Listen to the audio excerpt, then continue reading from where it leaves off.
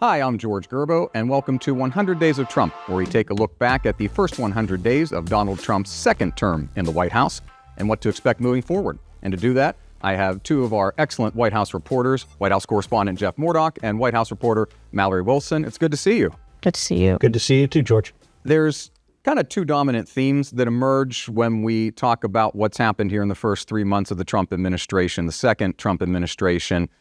And it kind of really boils down to immigration and the economy. I'll start with immigration because that's been maybe the most newsworthy topic and the one that's gotten the most back and forth, whether it's from the courts, the American people, Democrats, all kind of have a position here. The president and the White House, I think, Jeff, believe that they've got the winning message here, and polling would indicate that most Americans generally support the efforts to close the southern U.S. border. We've seen deportation, or we've seen border crossings and arrests at the border drop dramatically since the final months and days of the Biden administration. Where that kind of comes to a head is how Americans and the public at large feel about deportations and mass flights to Venezuela, El Salvador, and other efforts that have gone on the deportation side. But immigration, the White House believes, that is a winning issue for them, correct? Oh, that's correct. And that they argued that that's the mandate that sent them to the White House in the first place. It's really interesting to compare the numbers that are out there under this administration compared to the first couple of months of the Biden administration when the boarding crossings increased dramatically. And I think also the fact that what you said, that the polling is coming back with the numbers that they're seeing, it's emboldening them to not follow some of the court directives that have come out. The man from Maryland, for example, they've been defying the court order. Trump said last night he could bring them back, but it doesn't seem like he's planning to. And I think that's what they're hanging their hat on when it comes to not following some of these rulings that are coming out of these judges, that we have the American people on our side.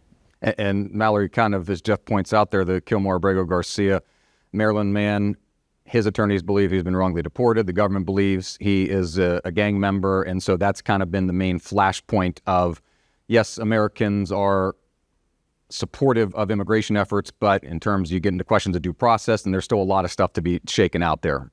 Yeah, they're really harping on the fact that the ones that they have deported are illegal immigrants, and the fact they've committed crimes, whether, it's super proven or not. People have questioned, well, where are the women and children that you're deporting? Where's the due process for any of these people, whether they're illegal or not? For Kilmore Abrego Garcia, they did admit that it was administrative error that he was sent there.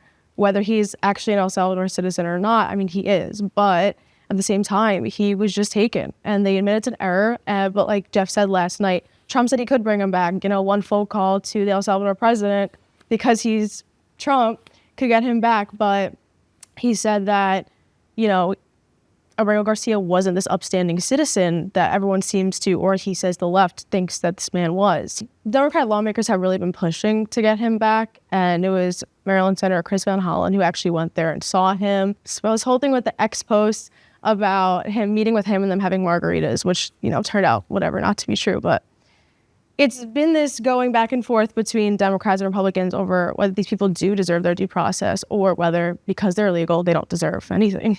And there's still a lot to be determined in terms of court actions, and we'll see how that shakes out.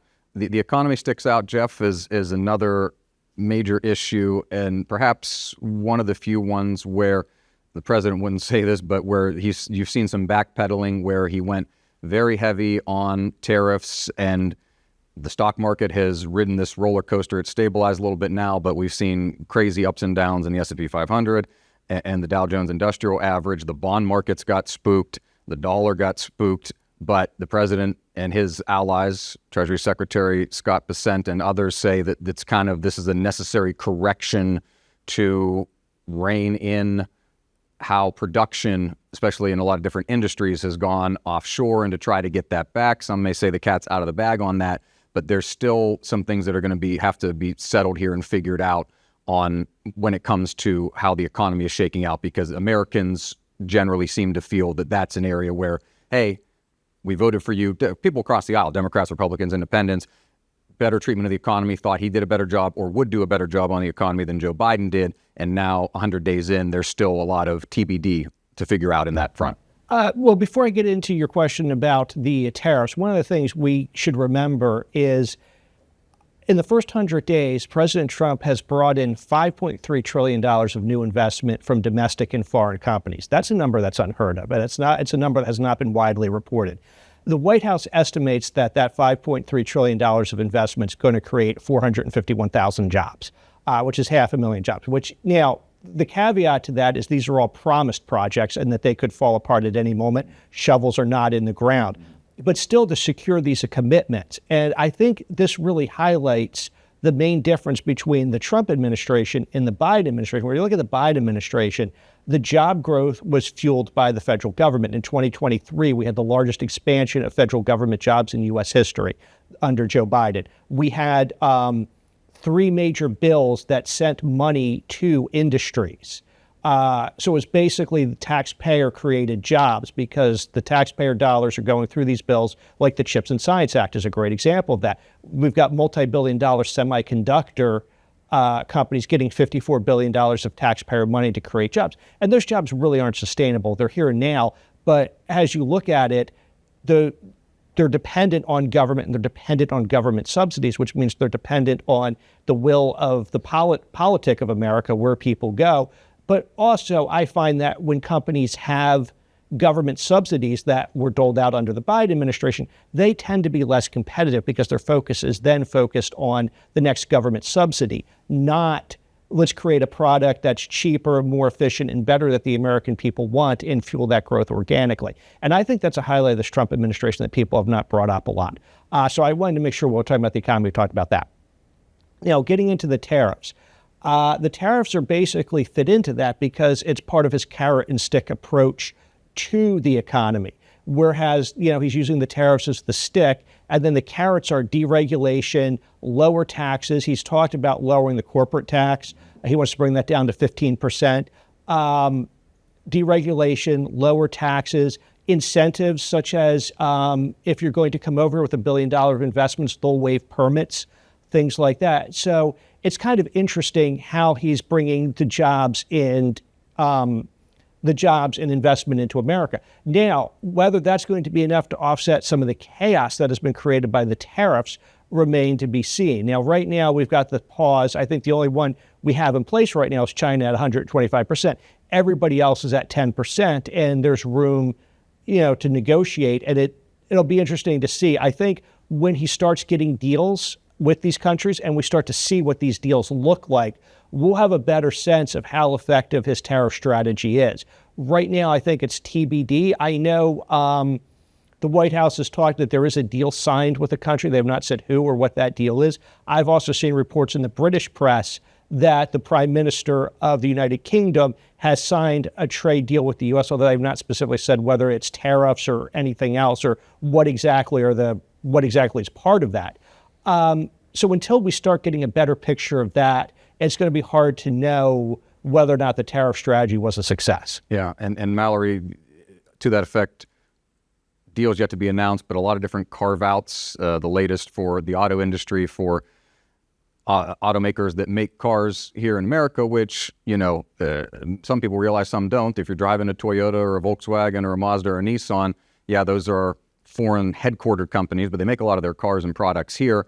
And so there's still a lot to shake out on carve-outs, whether it's for big companies like that or lobbying from automakers who, hey, we export a lot of corn or soybeans or almonds or what have you, specifically agricultural products to different places that may want to not have to feel the wrath of some of these tariffs. And there's still a lot to figure out in terms of what it's actually going to cost Americans at the same time. He has said he'll help people if they need it, especially the auto industry. I mean, he loves to harp that the European Union does not have any American-made cars. So I think he is focusing on what we do best here. People love to also question because people say that these deals take years to make. And how come he has all of these lined up? But like Jeff said, there's no shovels in the ground. So while this all sounds great in theory, we'd all love to see it work out with at least one deal. Yeah, and those still to be announced too. And to Mallory's point, one of the things we're starting to see is some foreign companies. We saw there's a South Korean steel company that put $18 million into a Louisiana steel plant. We've seen some of the overseas, a Japanese energy company come in here and spend, I forget the amount, several $1 million for to help build energy infrastructure. They are attracting foreign investment so far. The question is, is it sustainable? And we don't know how long ago that some of these plans were. You don't just commit $18 million overnight. So were these in the works for a while and the administration's taking credit for it? That's certainly something that needs to be questioned. Mm-hmm. Yeah, and in your piece recently on the domestic steel industry, I grew up in a steel town. 3 generations of my family worked in steel mills, and you're trying to find a way forward for that industry while at the same time encouraging new investment from other industries that are in that space or other producers that are in that space. Exactly right. And that's the thing with the tariffs is there are problems that they will tackle. You brought up steel, and that's a great example. It's actually cheaper to make steel in the United States than it is overseas. But China and these other countries, they have the government subsidies that are making it cheaper to import it, which is why we import 25% of our steel. My grandfather was a steel worker. I know how important that industry is to America, and there's no reason we should be importing it from China, and the tariffs will help make that more competitive. I did a story, something nobody ever thinks about is fraudulent shrimp, that you have all of these restaurants in Florida, just Texas, along the Gulf Coast, and they're telling the people eating there, oh, you're eating fresh Gulf Coast shrimp, and they're actually importing it from China because there's no tariff on shrimp. And it's really the shrimp industry in America is dying because you got to spend so much money on diesel fuel, you got to spend so much money on a cruise, so much money on a boat that it's almost not worth it. And, and when you eat shrimp imported, you don't know what's in there. It hasn't been inspected. They're loaded with antibiotics. And there's a lot of little problems like that I think, the tariffs could address. I want to get your perspective too, as someone who's been at the White House now for some time, and one of our voices in the briefing room there. Just the tenor of this administration. Obviously, a lot of people, of course, remember President Trump's first term, 2016, 2020. But from a front row perspective of covering the White House and being in the Brady briefing room, first 100 days and most of the Biden administration, there's kind of a rhythm and a beat to how it goes. This administration, second Trump administration, your thoughts on just how that rhythm has changed, and also, comparing 45 versus 47 in terms of the presidencies, a lot of turmoil, stability. We had multiple people come through that. Sean Spicer was there, Reince Priebus, just kept going and churning through all these different staff members at the executive level. And now there seems to be, he's learned his mistakes from the first go around, and there seems to be more stability in those executive roles. Well, the reason for the stability is he went more for loyalty in the second term. If you look at some of the people he's put, like Pete Hegseth, Dr. Oz, people who don't have the experience that you would expect for somebody being put in that position, but they do have what he prizes most, which is loyalty. And I think that's why you don't see the turmoil that you saw in the first administration, because he's filling the administration with loyal people who aren't going to cross him. Now, to answer your question about the difference in the briefing room, it's like night and day between the Trump administration and the Biden administration, in that you can go to upper press and ask, like you would go up under the Biden administration and they just kick reporters out. You may have to wait, you may have to go back, but you can usually go up there and ask a question. You do have cabinet secretaries on the ground sometimes doing gaggles. We never had that under the Biden administration. She also goes around the room a little more, but that's also a kind of a catch-22. And the more reporters are getting to ask questions, there's a lot of outlets in the briefing room that are asking very pro-administration questions, or questions that they're offbeat a little bit. So some of the questions have surprised me. And I don't know that that's good, because we're not getting answers to questions we need. Well, Caroline is taking the time to answer questions about people's personal pet interests, or whatever their niche publication is looking at or pitching. And some of these things are kind of ridiculous. For an example, we had a reporter really go after Caroline about giving a pardon to Derek Chauvin. Like, even if the president, regardless of how you feel, whether guilt or innocent, he's still in jail on state charges. If the president were to pardon him, which the president's made clear he's not going to do that, he's still stuck in jail. And it's also a weird thing to champion, that you would take up time in the briefing room to champion that cause. So that's the catch. More people are getting to ask questions, but I don't know how productive those questions really are. Mallory, I want to touch on popularity, which is, of course, something very important to Trump world and the president. Polling from certain outlets, ABC, Washington Post poll, 39% approval rating. Reuters Ipsos poll out this week, 42% approval rating. Those are historically low for a newly elected president in the modern era. But most people, that's going to vary on where your political standing is. If you're a Democrat and or maybe certain types of independents are going to lean against the president, generally speaking, his base and most Republicans, I would say, are overwhelmingly in support of his actions. But popularity seems to be something that's always kind of at the forefront of the Trump ethos a little bit. Yeah, I think they've taken a little bit of a hit just at these initial stages with the tariffs messing with the economy. Although Trump did say last night people did vote for this. He said if he doesn't do this, nothing's going to get better. He loves to talk about how the country's been ripped off for so many years.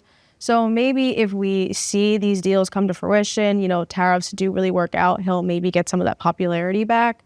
But I think right now people are a little bit angry and just worried. But he's also said he's brought egg prices down. He's brought gasoline prices down. So if he really comes through with these promises, he could probably come out looking a lot better than he does right now. The deportation thing, he did campaign on that. He did campaign on lowering eggs and lowering gas prices and lowering prices in general. So if he does come through with that, I think he'll look better than he does now. And to that point, I think one of the things that has people a little worried are the DOGE cuts, the Department of Government Efficiency cuts. He campaigned on reducing the size of the government, and I think we all agree the government is bloated. Another thing that most people generally support. Yes. But there also doesn't seem to be a strategy behind the cuts. It just seems to be cutting for the sake of cutting and just large swaths of people. I think people were expecting more of a scalpel than a hatchet when it comes to these cuts, and I think that has spooked a lot of people. There's also questions about whether or not the economy can absorb, and so far it has, because with the job numbers on this president have been really good. But there are questions when these people start applying for unemployment, whether or not the job market can handle this many people being put out in the unemployment market. And, it'll affect Washington, but Washington doesn't have the largest concentration of federal employees. California does. So this isn't going to be a regional thing that I think a lot of people are dismissing it as. It's going to go across the country. And something Republicans have advocated in the past, kind of a decentralization of federal government. There's different things all over the country, in the South, in my home state of West Virginia. They've done a good job in recent years of moving some of these jobs out of Washington. And so it may look like, hey, we're hitting Washington real big, but in reality, it can hurt localities and people across America. That's exactly right. I mean, for example, the largest FBI facility is in Huntsville, Alabama. So that's going to hurt Huntsville, cuts to the FBI. It's not going to hurt Washington as much.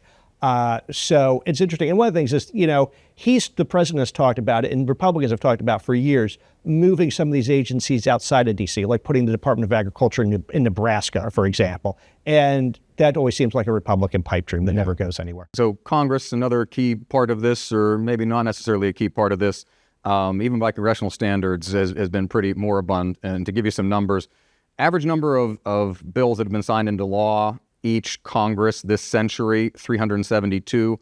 The last Congress, only 209 bills. So far this Congress, 100 days in, we've got 5. 3 of them were resolutions. One of them was a continuing resolution to fund the government. The other was the Lake and Riley Act, which is something the Republicans campaigned on and actually got bipartisan support in the Senate and in the House.